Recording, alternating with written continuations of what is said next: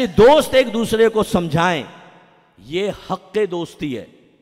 ذرا غور سے سن لیجئے، آپ کے لیے دوستی کرنا تو بڑا آسان ہے نا، فیس بک پر بیٹھ گئے، بعض نے تو فیک آئیڈیز بنائی ہوئی ہیں زلیخا کے نام سے، اور پیچھے بیٹھا ہوا اللہ رکھا بڑی مونچھوں والا، اور پاگل بنا رہے ہو دوسروں کو۔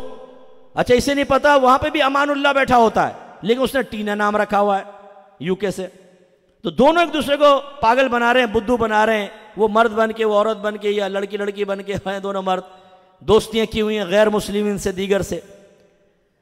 ایک نوجوان نے مجھے کہا کہ مفتی صاحب میں مسلمان ہوں، ایک غیر مسلم سے میری دوستی ہوئی، اس نے پوچھا کہ آر یو مسلم، آپ مسلمان ہیں؟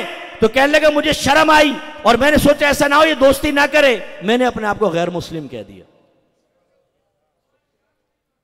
یاد رکھیں ردل کفری کفرن، کفر سے راضی ہونا کفر ہوتا ہے۔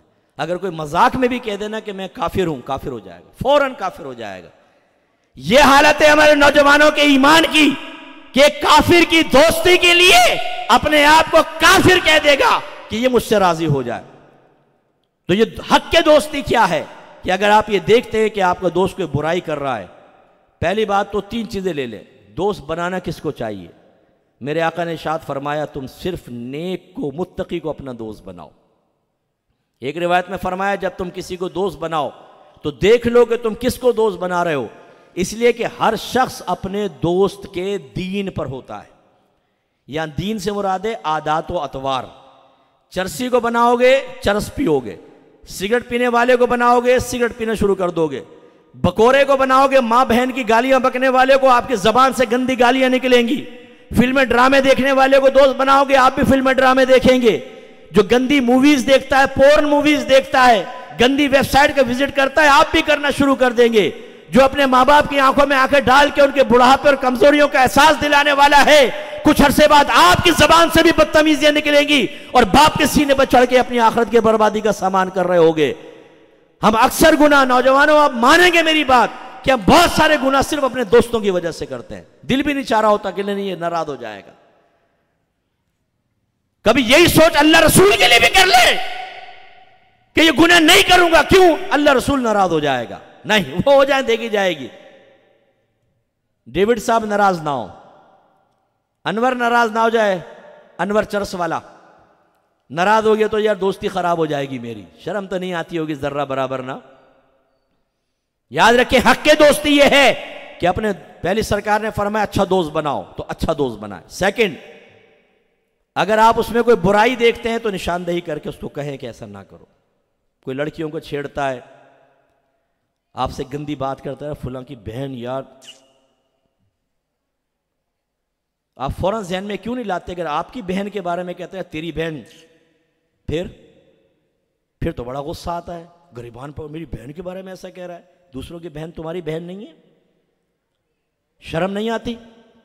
دوسرے کی بھابھی، دوسرے کی بہن، دوسرے کی بیٹی کے بارے میں گندی باتیں کرتے ہوئے، فحش باتیں کرتے ہوئے شرم نہیں آتی ذرہ برابر؟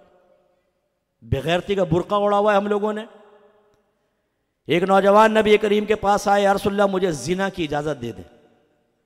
صحابہ کرام جلال میں آ گئے کہ کتنی بدتمیزی کا کویسچن ہے، گناہ کبیرہ کی اجازت؟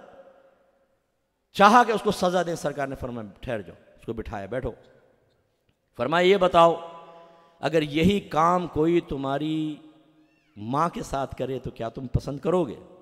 کہا کہ نہیں۔ فرمایا اگر تمہاری بیٹی کے ساتھ کرے تو؟ کہا نہیں۔ تمہاری بہن کے ساتھ کرے تو؟ نہیں۔ سرکار رشتے گنواتے رہے، وہ انکار کرتا رہا۔ اس کے بعد میرے آقا صلی اللہ علیہ وسلم نے اپنا دست کرامت اس کے سینے پہ رکھا اور اللہ کی بارگاہ میں عرض کی یا رب کریم اسے زنا سے بیزار کر دے۔ سرکار نے ہاتھ ہٹایا، وہ نوجوان کہتا ہے خدا کی قسم جب میں سرکار کے پاس آیا تھا تو زنا سے زیادہ محبوب کوئی شے نہیں تھی، اور جب میں آپ کے پاس سے گیا ہوں تو اس سے زیادہ قابل نفرت چیز میرے نزدیک اور کچھ بھی نہیں تھی۔ آپ اندازہ کریں سرکار دست کرامت شروع میں بھی رکھ سکتے تھے، جیسی وہ آیا سرکار فرماتے بیٹھو، ہاتھ رکھتے، نکال دی ساری محبت زنا کی، یہ کر سکتے تھے جو آخر میں کیا، لیکن کویسچنز کیوں کیے؟ کیونکہ سرکار قیامت تک کے بغیرتوں کو بتانا چاہتے تھے کہ جب تم کسی کی بہن بیٹی کے کپڑے اتروانے کا سوچتے ہو، اپنی بہن کو بھی سوچو، اپنی ماں کے بارے میں سوچو، اپنی بیٹی کے بارے میں سوچو۔ فیس بک پر بیٹھے ہوئے صاحب لڑکیوں کے کپڑے اتروانے کے چکر میں ہیں، دوستیاں کرنے کے بعد کہ مجھے اپنی پکچر بھیج دو اور یہ کر دو وہ کر دو. ہم اسی معاشرے کا حصہ، ہمیں پتہ ہے نوجوان کیا کر رہے ہیں. 50 نوجوان تائب ہو کے ہم سے کہتے ہیں مفتی صاحب ہم نے بڑی گندی حرکتیں کی ہیں، ہمیں بتائیں ہم کیا کریں.